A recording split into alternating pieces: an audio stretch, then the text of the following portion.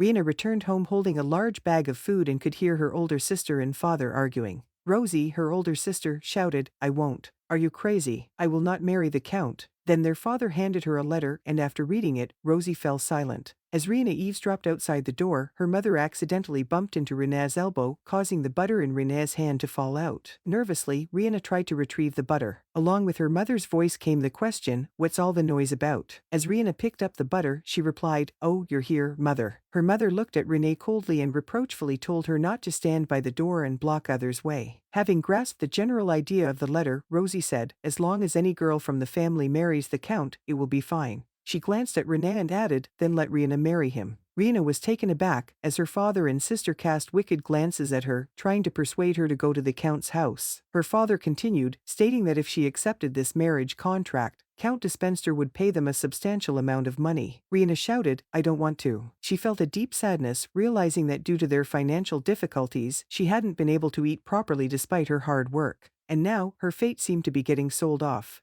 Originally, Rene's mother had opposed Rena being sold off because there was no one else to take care of the household chores. However, upon seeing the mention of a substantial sum of money in the letter, she immediately changed her mind. Holding Rene's cheeks in her hands, she spoke wickedly, "Good girl, once you go to the Count's house, everything will be resolved." After her mother finished speaking, she busied herself with preparing dinner and discussing the clothes and jewelry they would acquire, completely ignoring Rena, who was huddled in a corner, clutching the bag. Seeing this, Rena, filled with sadness, realized that she was no longer a part of the family.